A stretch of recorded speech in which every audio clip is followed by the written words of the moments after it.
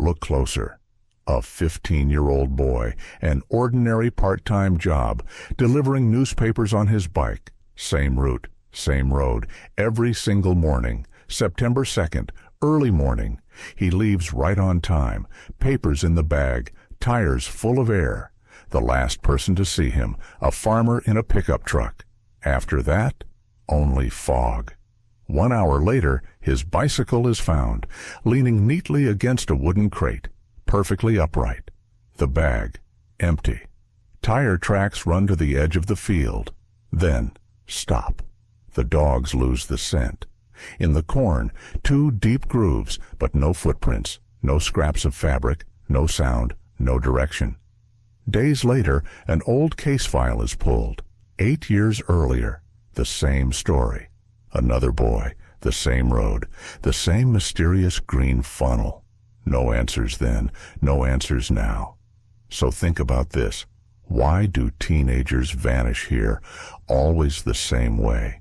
Who plants tracks that lead nowhere? And why does a road, where every pebble echoes under the wheels, suddenly fall silent? Highway 1373 in eastern Oregon.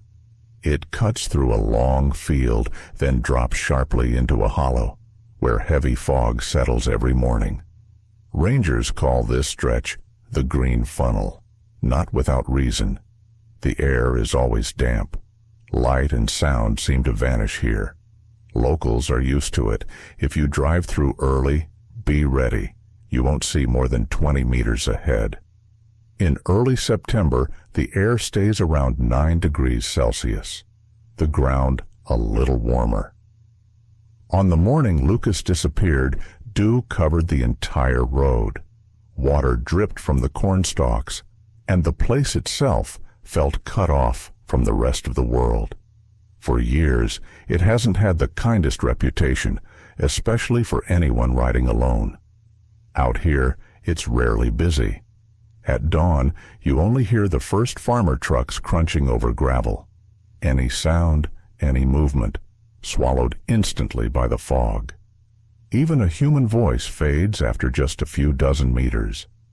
Into that silence, on the morning of September 2nd, rode a 15-year-old boy, Lucas Wells, about to start his daily newspaper route.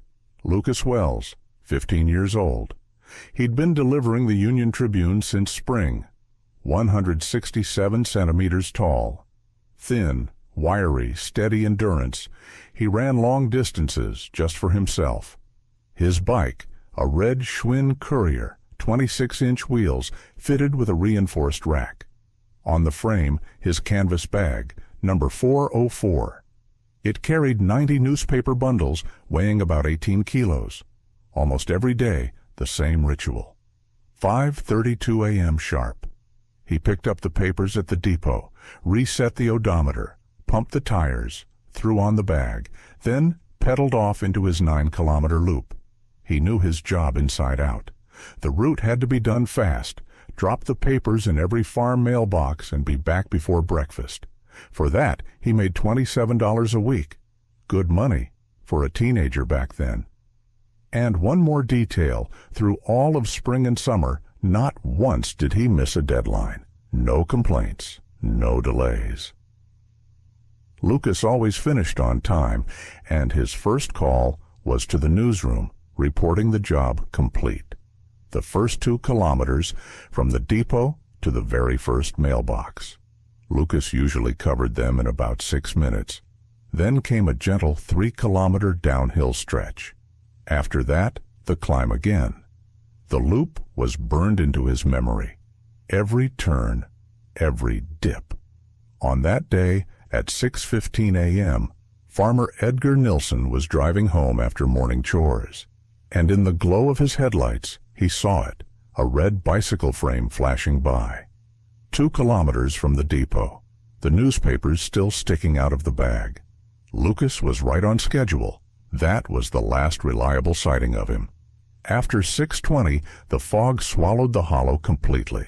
No one on the road, no one by the mailboxes. No one ever saw him again. There were no working phone booths along the route. The reception here was poor. What happened next? slipped entirely out of human sight. At the newsroom, they waited for Lucas's call as usual. Around 7 o'clock sharp, at 7:01, at 7:04, at 7:07. The Wells family phone line was always busy. It was an old analog phone. No other calls were logged at that time. At 7:10 a.m., editor Judy Martin decided not to wait any longer. She called Lucas's parents herself. He had not come home. His mother had already started to worry. His father went straight to his pickup and drove out along his son's route. By 7:30 a.m., the duty ranger had already joined the search. They reached the green funnel, and there it was. Lucas's bicycle, carefully propped against mailbox 64. The wheels were still warm, but bag number 404 empty. A single tire track cut across the gravel for about 300 meters, then ended suddenly at the edge of the field. A little later in the corn, they found something else. 2 deep parallel grooves, 15 meters long, as if something heavy had been dragged straight into the stalks. From that moment, it was no longer just an ordinary morning. It had become a search clouded in unease, with no explanation. By 8 a.m., the cornfield was lined with rangers, Lucas's father, and 2 neighbors. What stood out first? The bike. It wasn't dropped, not abandoned. It stood neatly against the wooden box, balanced on a pedal, as if left there just for a minute. The wheels still faintly warm, meaning roughly an hour had passed since it was last moved. The bag on the rack, empty. Every newspaper gone. The rangers checked the shoulder, the mailboxes, the gravel. The tire tracks were clear until they stopped dead 300 meters out. No footprints in the soil. The grass untouched, as if the bicycle had been lifted away or vanished. Lucas's father was the first to notice the markings in the corn. 2 parallel lines pressed 15 meters into the ground, leaves broken, soil compressed, but no boot prints, no scraps of fabric, nothing human left behind. The rangers marked it down. It looked like something had been dragged, something heavy. But what? They couldn't tell. The first search lasted just over an hour, and in that time, nothing turned up, except those strange furrows.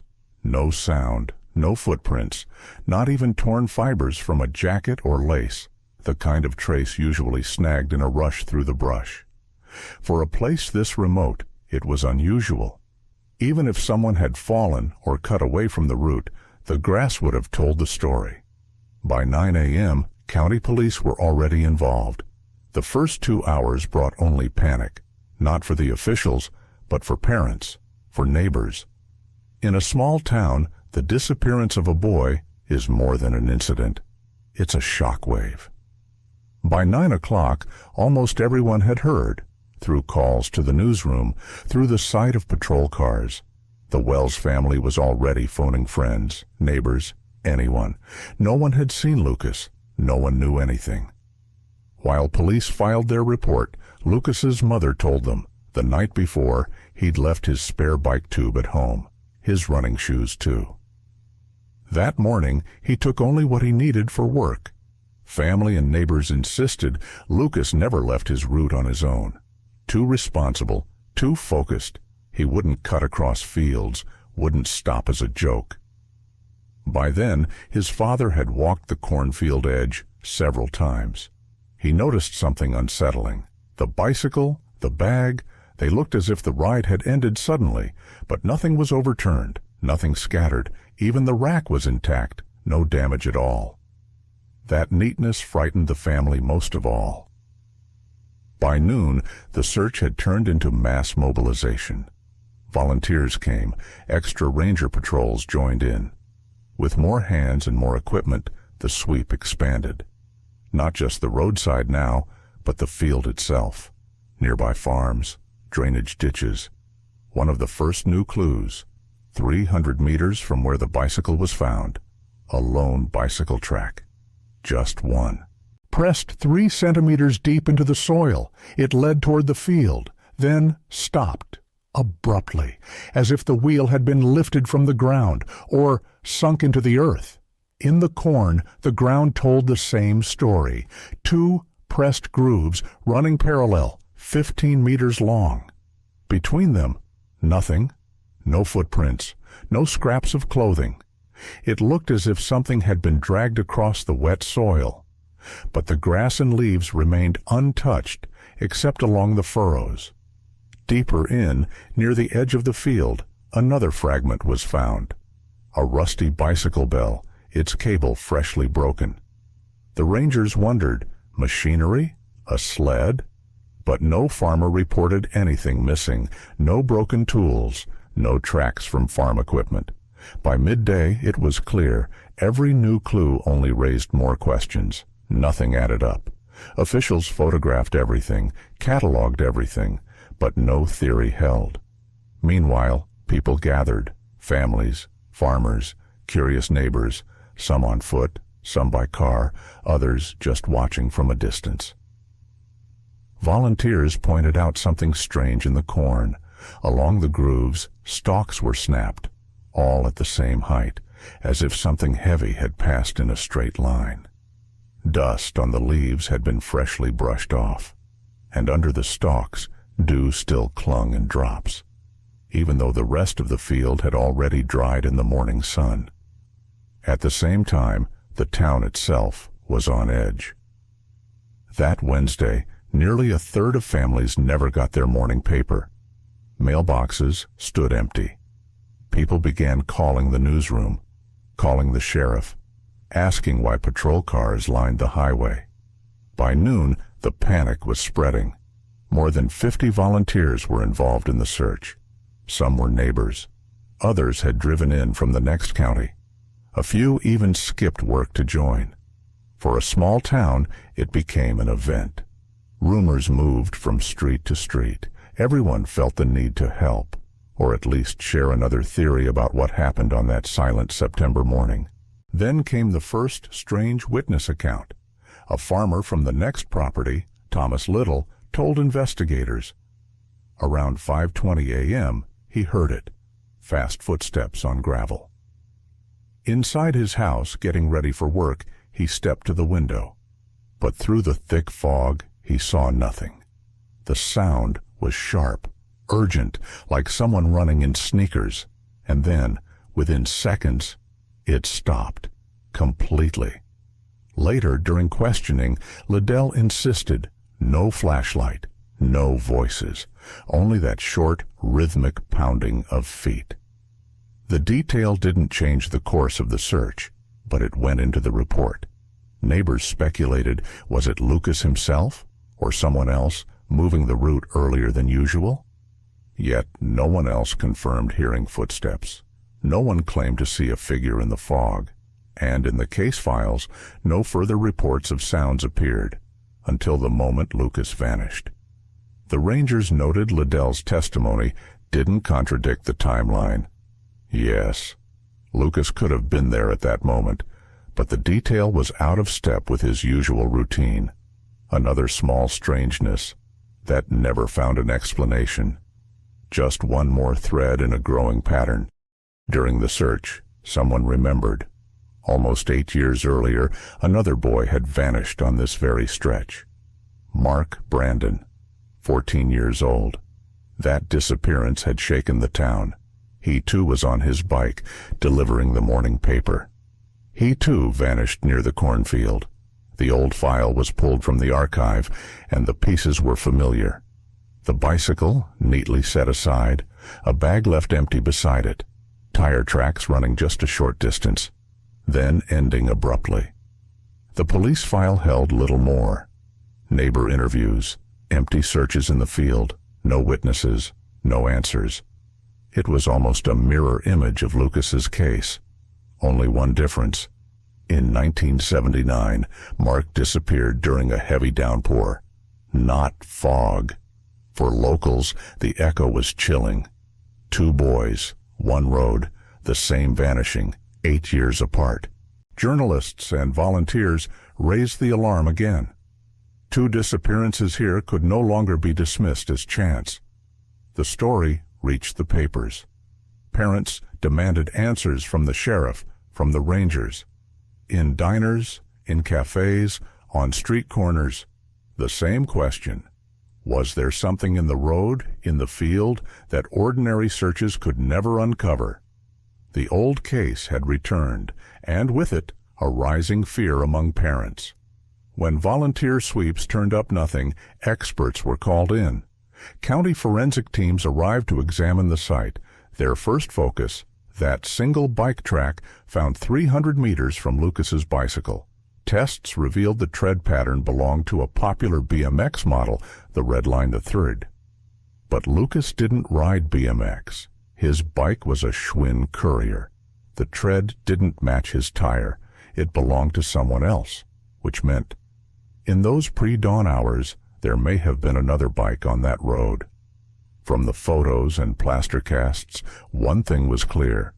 The pressure in the soil was heavier than normal, as if the bike was carrying a far greater load, or dragging something weighty along the path. But no other tire marks were found. No parallel tracks, no crossing tracks, nothing but that single line. And just like before, it ended at the edge of the cornfield. Beyond that point, nothing. The discovery only deepened the mystery. It made clear this was no simple missing person case. Among themselves, rangers and experts debated. Was someone waiting for Lucas inside the field or riding toward him that morning? There were no witnesses to confirm it. Still, the theory was entered into the record as one of the few possibilities. Then came a second clue. Soil samples from the furrows revealed something unusual. Synthetic polymer pollen. Not native to this area. Such compounds exist in agriculture, used in crop research, experimental fertilizers, protective agents. But never once had they been recorded on these fields, not in past inspections. The lab confirmed traces of microplastics were present in the soil. Investigators checked every supplier, every storage facility, every farm in the county. Nothing like it had ever been purchased. That chemical trace became a dead end. Police considered the prospect of industrial contamination. Journalists whispered about secret testing, hidden machinery operating at night in the fields. But the analysis gave them nothing useful. No answers, only more questions. Meanwhile, the search expanded. Tracking dogs were brought in. 3 hounds worked the bicycle, starting from the seat and handlebars. They followed the scent easily, fast, steady, straight to the edge of the field, where the tire tracks ended. Then all 3 dogs faltered, circle after circle, sniffing the grass. Confusion. The scent was gone, vanished clean in open air. Handlers noted the site had all the marks of what's called a dead zone, a place where odor vanishes mid-step, as if person or object simply lifted away. Such anomalies sometimes occur in damp, open ground, where winds cross or temperatures shift quickly. But that morning, there were no strange winds, no sudden changes in weather, and still, the trail ended as if Lucas Wells had simply dissolved. The rangers swept the entire field within a radius of 500 meters, but no new scent was ever found. Searches in that sector lasted almost a full day, and not once did the dogs regain the trail. The official report was blunt. K9 units lost the scent exactly at the edge of the cornfield. Beyond that line, nothing. For the parents, for the volunteers, it drove the sense of a dead end even deeper. Then another strange detail surfaced. Investigators checked the phone logs. The newspaper's exchange recorded an outgoing call from the Wells home number at 5:47 a.m. That was nearly half an hour before Lucas left for his route. The call lasted just 10 seconds. No one answered. According to his parents, no one in the house touched the phone at that time. The logs around it were clear, only that single call. At first it was dismissed as a glitch, a technical error. But then the family remembered, sometimes in the mornings, their hallway phone would ring briefly, once, twice, no one on the other end. For investigators, it became one more piece of unease. Was it a misdial, a line error, or an attempt to connect with someone? The official stance was simple: accidental, a fault in the system, but against the backdrop of everything else, even this tiny detail weighed heavy. Because if someone did use that phone before Lucas left the house, it could only have been a member of the family, or Lucas himself, and neither explanation ever made sense. 1 year after Lucas vanished, the search had nearly gone silent. Then, in spring, police received an unexpected report. A volunteer claimed he had seen a boy in the woods, a boy who looked like the missing teenager. Within hours, rangers and volunteers swept the area. Tracks led through sparse forest, and for the first time in months, evidence appeared. A torn fragment of a jacket. The size and color matched Lucas's clothing. On the label, the initials LW beside it, a rusty carabiner. The kind school kids often clipped to their backpacks. Search teams pushed forward without pause. For the first time, the trail felt alive again, as if it might lead directly to him.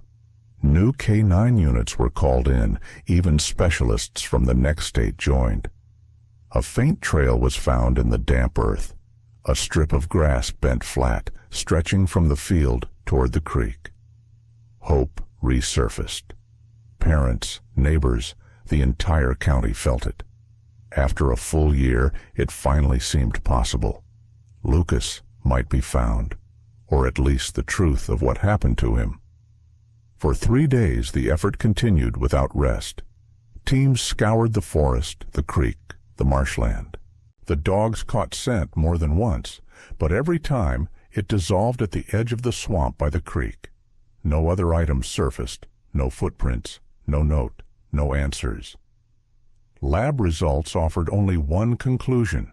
The jacket fragment had been weathered nearly a year by wind and rain. The carabiner had rusted long before the volunteers arrived. Every local was questioned. No one had seen a boy. No strangers. No unusual activity. Farm surveillance cameras showed nothing. That final clue evaporated as suddenly as it had appeared. For a brief moment it seemed the answer was within reach. And then, nothing. Hope scattered like dust, and the search collapsed into silence once more. Months passed. The bend where Lucas vanished became a place everyone avoided. Mailboxes along the route stood empty. Even years later, no one returned to write it willingly. Locals placed wooden crosses by the roadside, small memorials marking a tragedy that never found its explanation. The official investigation closed after 2 years. The verdict: an accident, disorientation. The case files were shelved into the county archive. Reporters raised the story now and then, but no new answers came. Lucas's parents never accepted the idea their son simply disappeared. Volunteers returned, combing the fields and forests more than once.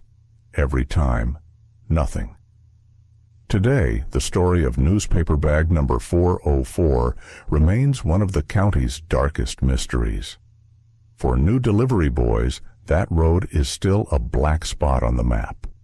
No one has explained why it happened there, why the evidence always ended on a strip of bare ground that told nothing. The name Lucas Wells is remembered with 2 words: reliability and silence. A silence no one could explain. Strip away the theories, and one truth remains. Someone took Lucas. It was too clean. The bicycle not dropped, but placed. The bag empty. Tire tracks leading forward, then vanishing. 2 furrows in the corn, but no footprints, no scraps of fabric, no sound. Even the dogs lost the scent. stopped cold in open air. And the most unsettling part? 8 years earlier, the same thing, same route, same age, same spot. Who knew the schedule? Who waited? Who had done this before and knew how to leave nothing behind? It's only one version, but no one has ever offered better. So what do you think? Write it. Say it. Because sometimes a guess spoken aloud is already a step closer to the answer. And now, pay attention. The next story is not about a boy, but about a grown man who vanished from a locked concrete room where even the key was left inside. His shift was supposed to be an ordinary one, but he never reported for work again.